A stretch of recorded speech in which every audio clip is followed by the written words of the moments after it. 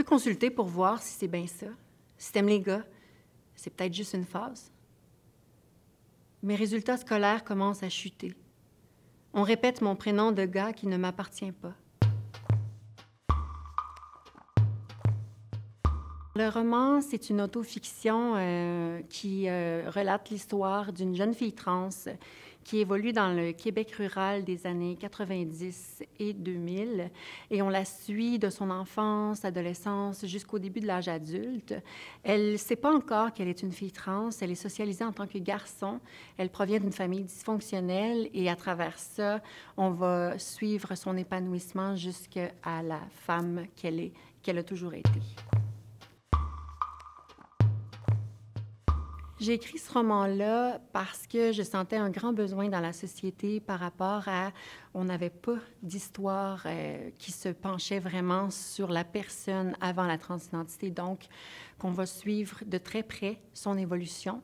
Et je l'ai fait aussi parce que, étant donné que c'est une autofiction, je l'ai fait pour moi-même aussi, pour me libérer de certains moments qui ont été plus difficiles. Mais je voulais aussi parler d'un parcours trans qui ne se résume pas nécessairement juste à la transidentité, mais aussi qu'on est des personnes d'abord et avant tout. L'inspiration du roman, j'aime bien dire qu'il a été en transition comme moi. C'est un roman qui a évolué au travers des années. C'était vraiment une espèce de journal intime ouvert sur le monde, ouvert sur mes questions, mes trucs, mes questions philosophiques. Et aussi, je me demandais à quel point je pouvais parler de mon expérience en tant que femme trans. Donc, c'est une inspiration qui est arrivée vraiment très tôt dans ma vie. J'avais 15 ans. Et j'ai décidé, en fait, de le faire évoluer avec moi tout au long de mon parcours, de ma transition.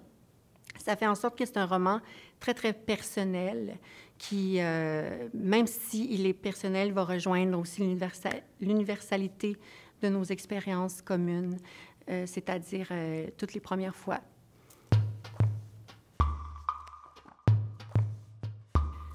Le roman s'adresse, on pourrait penser, seulement à la communauté LGBTQ+, mais ça va au-delà de ça parce que c'est vraiment un roman qui a été écrit dans l'intention de faire connaître une personne trans d'une façon plus intime, sans voyeurisme, mais avec l'intention d'accompagner le lecteur, la lectrice à travers une évolution personnelle d'une personne trans.